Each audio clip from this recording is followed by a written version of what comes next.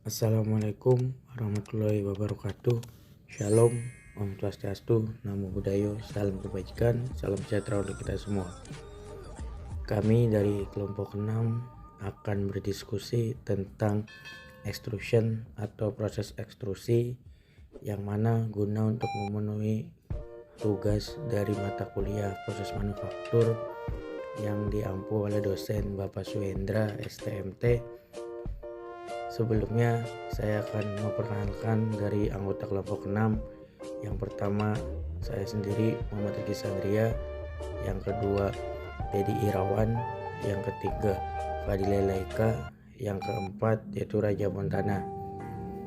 Untuk pembahasan diskusi pada kali ini ada 4 pokok pembahasan. Pembahasan yang pertama yaitu pengertian ekstrusi, yang kedua yaitu proses ekstrusi, yang ketiga jenis-jenis ekstrusi, dan yang keempat yaitu contoh atau implementasi dari proses ekstrusi tersebut. 1. Extrusion. Extrusion atau ekstrusi adalah proses untuk membuat benda dengan penampang tetap.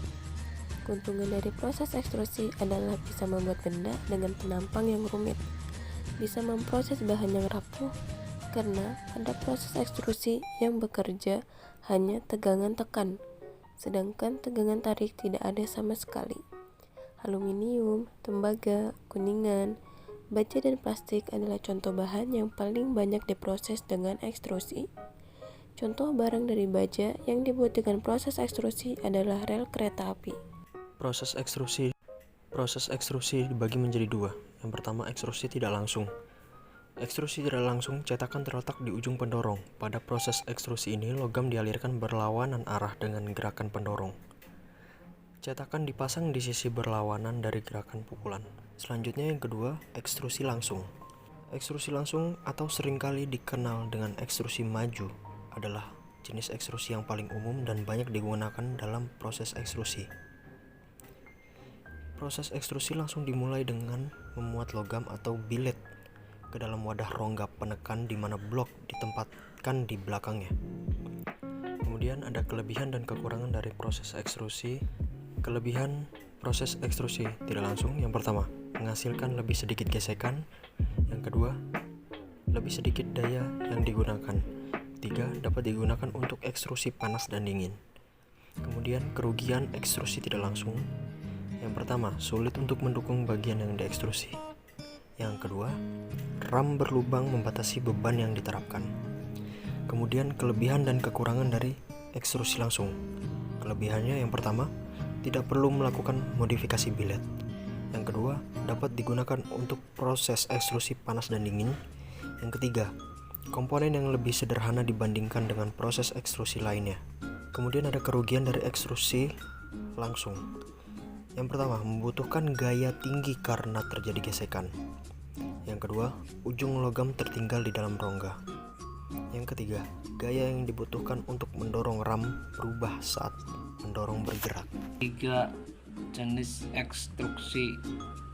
Jenis ekstrusi yang pertama, proses ekstrusi panas atau hot extrusion.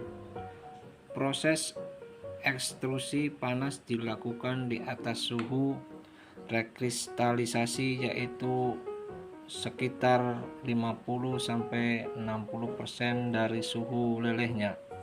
Kelebihan hot extrusion membutuhkan gaya yang lebih rendah dibandingkan pengerjaan dingin. Mudah dikerjakan dalam bentuk panas, tidak membutuhkan pengerasan renggang atau strain hardening. Kekurangan hot extrusion, permukaan akhir yang dihasilkan rendah karena pembentukan kerak pada bagian yang diekstrusi. Mempercepat keausan cetakan, diperlukan perawatan yang tinggi. Yang kedua, proses ekstrusi dingin atau cool extrusion. Proses ekstrusi dingin dilakukan pada suhu kamar atau di bawah suhu rekristalis. Kelebihan cold extrusion bersifat mekanik tinggi, permukaan akhir yang tinggi, tidak terdapat oksidasi pada permukaan logam. Kekurangan cold extrusion membutuhkan daya yang lebih tinggi. Produk dicapai dengan pengerasan, renggangan, atau strand hardening. 4. Application. Berikut adalah contoh pengaplikasian pada proses ekstrusi.